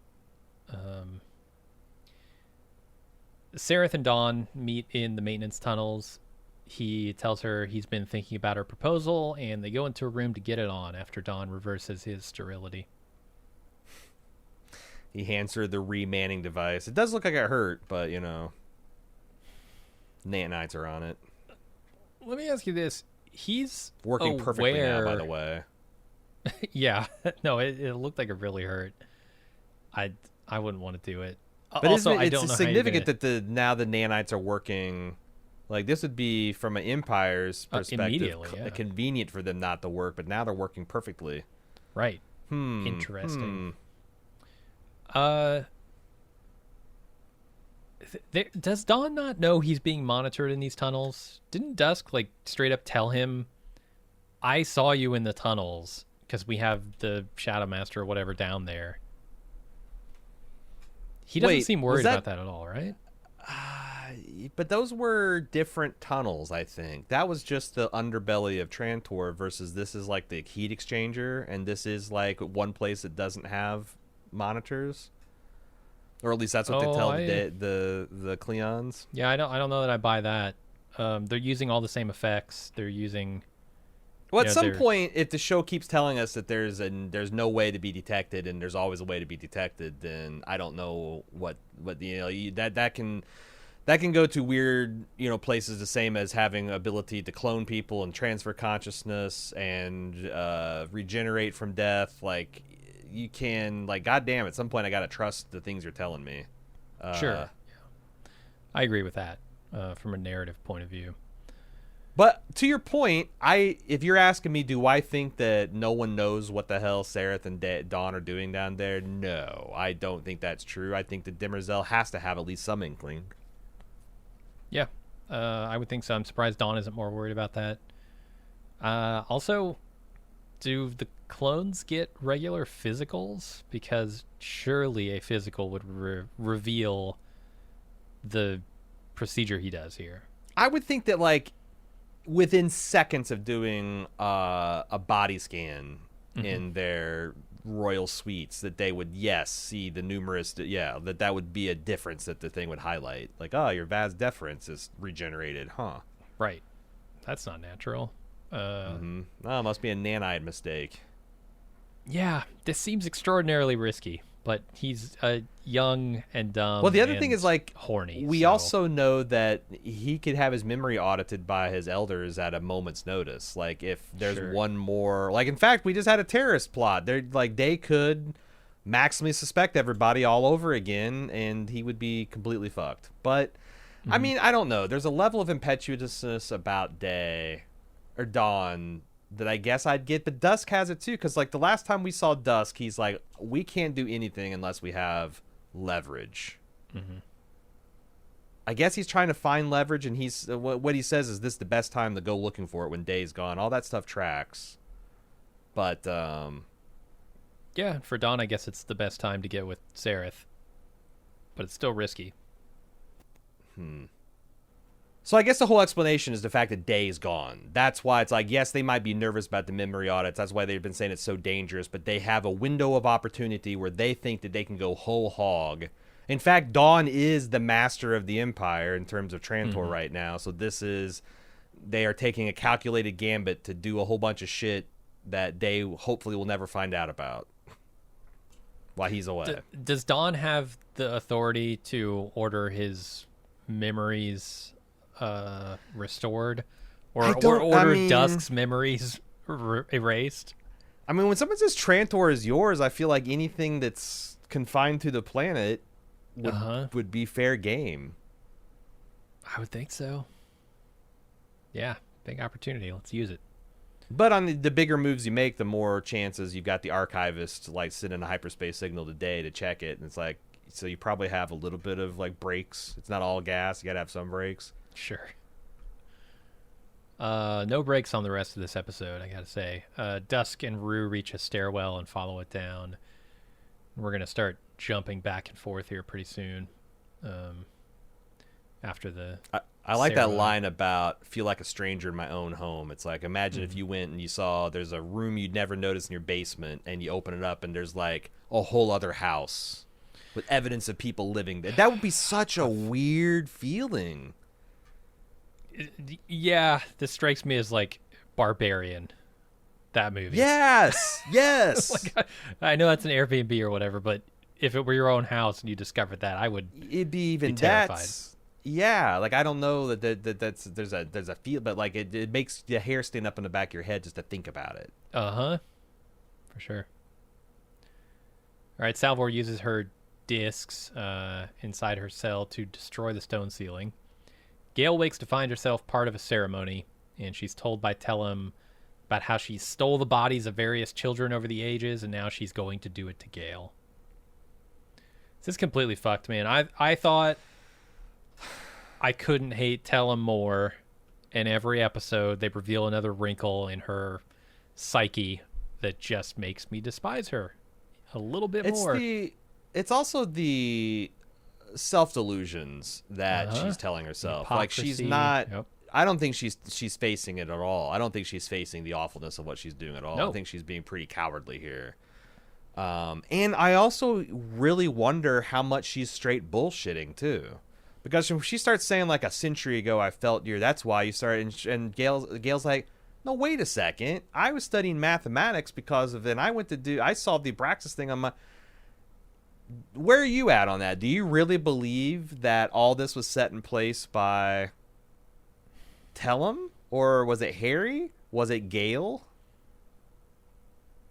I don't know. Because like if you believe it's Gail, like because like I think you're supposed to believe it's Harry. Harry set all this in motion. Sure. It could have been anybody, but it was Gail, and he set the thing in motion.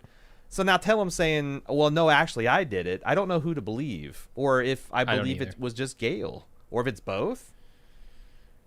Yeah, because I don't know how much psychohistory accounts for this. I don't know if the Cited or the Metallics are operating outside of that or not. Because they're outliers, so like it is possible that they're both true. They're both correct.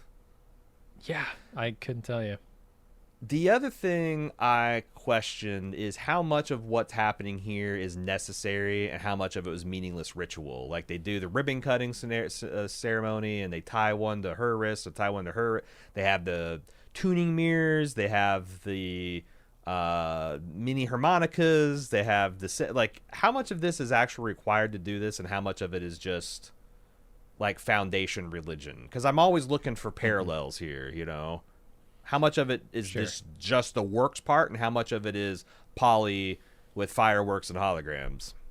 Yeah, I don't know. I assume they don't have to hold hands to make this connection, but that just feels like a power play by. Yeah, it's by Tellem. It's an extra it's symbolic violation to the crowd, and yeah, stripping of personhood from the victim here. It's fucked up. It's entirely, man. It was chilling. This is an extremely chilling bit of writing. That, like, I heard that little girl for several years, like a voice at the bottom of the well. And then when she, like, puts her hand on Gail's and says, I still listen for her just like I'll listen for you. What the fuck? I mean, this is like, what is that? The first Jordan Peele movie? like being down in the deep place. Oh, Get Out? Yeah. Get Out, yes, Get Out. That's like the way that they always envision Kahlua down there, like sunk in the sunken place, right? Yeah. And what a horrific experience they portray it. Or I guess another one is like the end of being John Malkovich, which I always found exceptionally chilling too. Mm-hmm. This idea of just being stuck, like as a passenger in someone else's, in your body. Yeah, it can't be a good feeling. It has to be torturous. And the thing that really makes me hate Tellem even more about this is the hypocrisy, like, and the lies, just the blatant lying. Like, what is this if not cited killing cited? What is it if banishing someone to nothingness in their own mind is not killing them? What is it? Well, is it her idea? It's like, well, sure, we're breaking this rule, but as little as possible because only I get to do it. And it's also it's some Obi-Wan Kenobi shit. Like, oh, well, we're not actually killing the side; we're just, But the other thing it does is taking their mind from them. It's yet another genetic dynasty. It's yet another eternal vault copy of Harry. It's yet another singular person trying to keep their consciousness going and influencing past a time where they should have died. Which, let me throw this out there.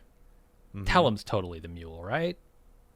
I mean, now that we know she can transfer consciousnesses, and I assume this is not going to take with Gail. Like, Salvor's going to bust, like, Kool-Aid Man her way in and disrupt this whole thing, and she'll be looking for another host down the line 130 years from now. 150. Yeah. Whatever. Yeah. No, so last week someone called that, like, out of the... Yeah, I did. I was like, I think Tellem's totally the mule. Was it? Because what is a piece of feedback that we read too? I think it was somebody from New York. Okay. Well, I'm on that theory now, 100%. But yeah, no, I think that he was thinking of it from like a mental projection angle. But like, no, I don't know who she's going to transfer her body into. But it does seem like the reason she doesn't look like herself is because she's just going to take someone else's body. I think it's going to be Josiah, which is going to be deeply fucked and sad. But the blue eyes, no, I think. Well, she's got 150 years to get to the mule body, right? But those blue eyes are those are Thespin eyes. And the thing about that is, like, those are coded to be outer worlds and therefore foundation spaces. And I think if this is all true, you're supposed to, I think the implication is that Tellem is going to find a way to worm her way within the organs of the foundation to where she can take over someone with the Thespin body. Or I guess you can just call him. Yeah, I don't know. Yeah, was my first thought too, is that it's going to be the little kid. But then I was thinking, it's got to actually. But you're right. There's also quite a bit of time. We have time for a body or two. Several bodies.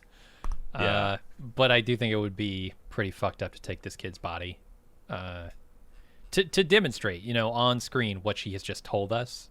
I think it's one thing to know it. It's another thing to see it. So, I don't know, man. Not liking Tellem. Oh, yeah, for sure. Yeah, no, she's, like I said, I liked her because I've associated her with positive things from other things I've seen her in.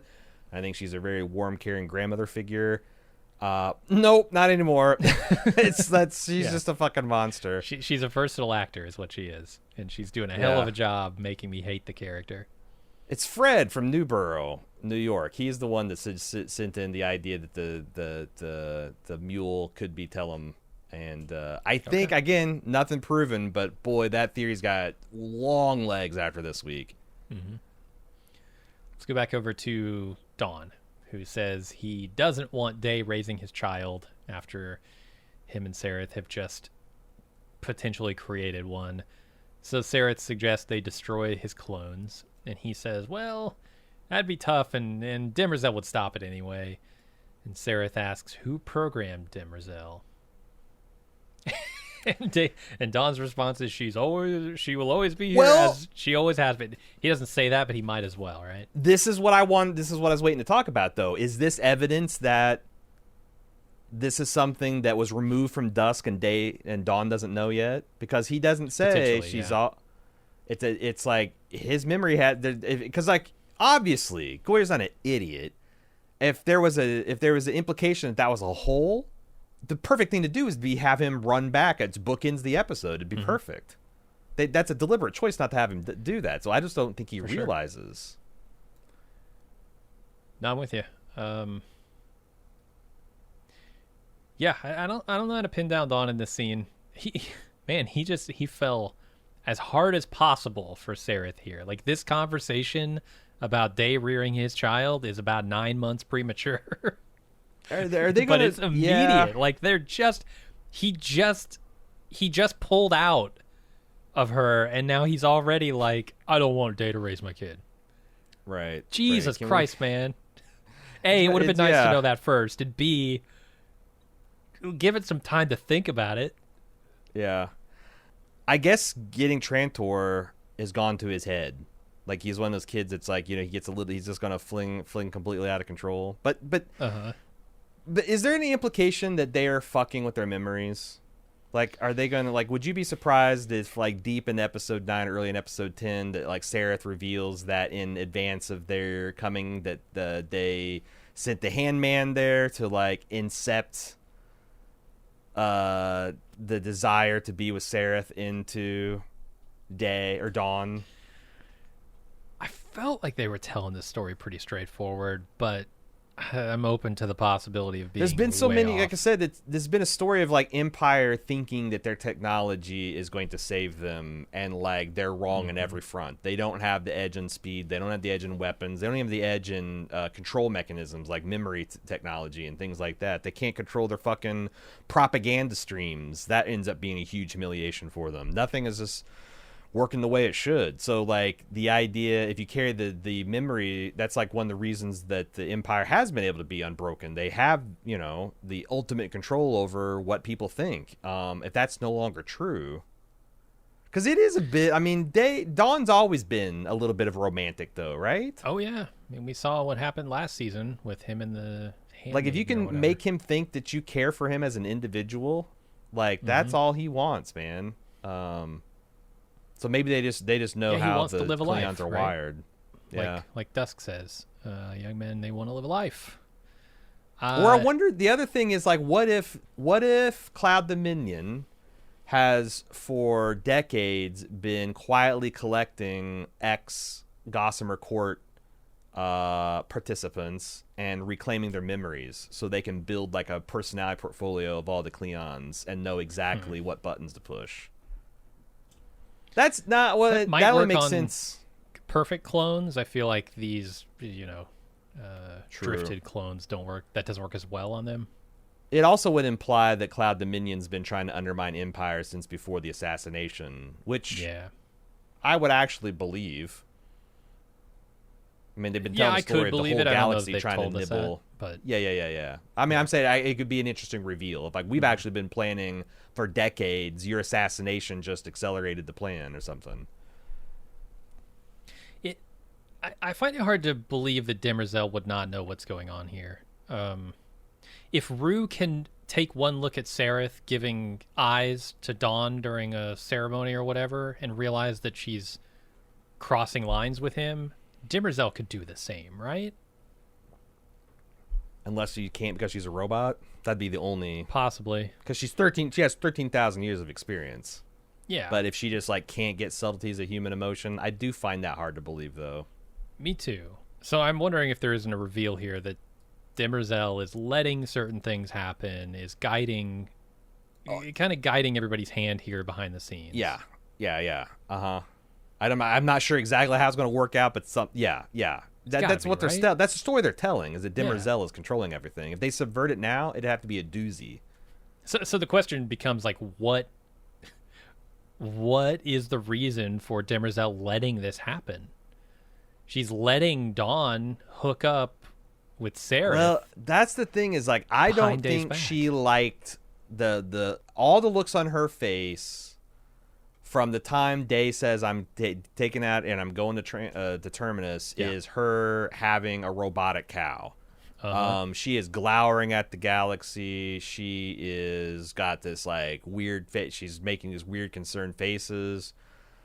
And also, like, these seasons seem to be kind of rhythmic, right? Like, around this point of last season, Day was going to walk the spiral. Now Day's leaving Trantor again. And, like, everything kind of, like, put maximum pressure on Demerzel towards the end of last season. I wonder if this is where she starts seeing, like, shit, I'm going to have to probably decant three of these fuckers, if not all three of them. And we know that that's not something that she does cost-free. Like, killing a Cleon hurts her. So it could be just that she's like, yeah, I don't like this, but also I can't interfere like this blatantly. I don't know what she's thinking. Certainly interesting. Guess we'll have to find out next week. Yeah, so there's a quick sequence at the end here, which kind of brings everything together. It's a Day going down to Terminus, or preparing to, I guess. Dusk finding a copy of Cleon the First that welcomes him to a prison, and Dawn realizing that the clones are just puppets, and Demerzel is Cleon's true heir, his forever Empress. Or perhaps the last Empress, as is the title of this episode. Yeah. I noticed that I don't know if this is something intentionally, but they kept on zooming in on Demerzel's face, and I noticed in her, you could see reflections in her eyes, and there was like 3 bars. That could just be like the way the window was lining up she's looking out of, but like if they're trying to tell something about what's important to her, and again, I don't know if this is a Galadriel situation where it's like Peter Jackson strung up all the Christmas lights to make it look like she was shining, or if this is just an accident of the set. But like I thought it was significant that as you pan out and they're wondering like, you know, what is important to her, you've got this 3 kind of like bars in her eye representing the 3 rules, the 3 laws. Ooh, fuck. I was going with the Cleons, but they do have 3 of them, sums of bitches, with their laws too, don't they? It's true, but we know she's been reprogrammed. Who reprogrammed her? That's a also question. What many things can a chamber be? Like, this chamber has been many things over the years, but at first it was a prison. So okay, she's the last imprisoned robot. Then what's the next thing the room becomes? A garage, a workshop, storage room, a play. When your kids move room. out, you know, you leave it the same for a while, then it becomes your office. Right, or, right. I don't know, a sex room.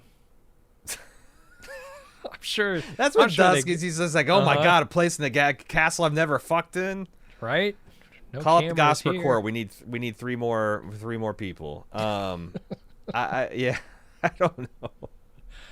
I just wondered, like, what all, and now, and why does Demerzel not? Why she's taking great lengths to hide this, but also a visual clue. So, like, why? Why not just destroy this? Or Dusk down here, I think. Why not fill this with, Duracrete or whatever the science fiction material they would call it is? Like, why leave it? What is important about this chamber that none of the emperors can know about it, and yet it's important for enough for is this where distributed consciousness lives? I was wondering, could be that. It could be this is where a true remaining copy of Cleon the First exists. Maybe there is no drift in this version of him. I don't know. So that would imply that it seems just like a memory recreation, like the other one was. That Demerzel's allowing the. I wonder if like you're going to find out that Cleon discovered psychohistory, or because the one thing they play with psychohistory is like, well, if Harry hadn't invented it, somebody would have. What if the Emperor had independently arrived at it hundreds of years before and did the Cleonic dynasty with Demerzel running it as a deliberate attempt to not go through with that? Wouldn't that be interesting if he's got like a primitive version that's not quite correct? I don't know, man. The possibilities here are endless. I just really want to see the next episode. All right, well, do you have anything else you want to talk about in this episode? I don't think so. If you'd like to send us feedback, it's really easy to do so. foundation@baldmove.com. Once again, that's foundation@baldmove.com to get a chance to get your question read. Make sure you put in the subject line the words Goyer, Goyer. If you have a question for the man himself, that'll make it easier for me to find in the weeks from now when we're having that conversation. Otherwise, if you'd like to find out what other things we're doing at Bald Move, follow us on social media. We're at Bald Move pretty much everywhere except for TikTok. We're Baldest Move, at Baldest Move there. And finally, you can support what we're doing here at Bald Move. Get ad-free feeds and tons of bonus audio, video content by going to support.baldmove.com. That's going to do it for us this week. Cannot wait to see the Demerzel Heavy Episode 9. Until then, I'm your host, A.Ron. And I'm Jim. Respect and enjoy this podcast.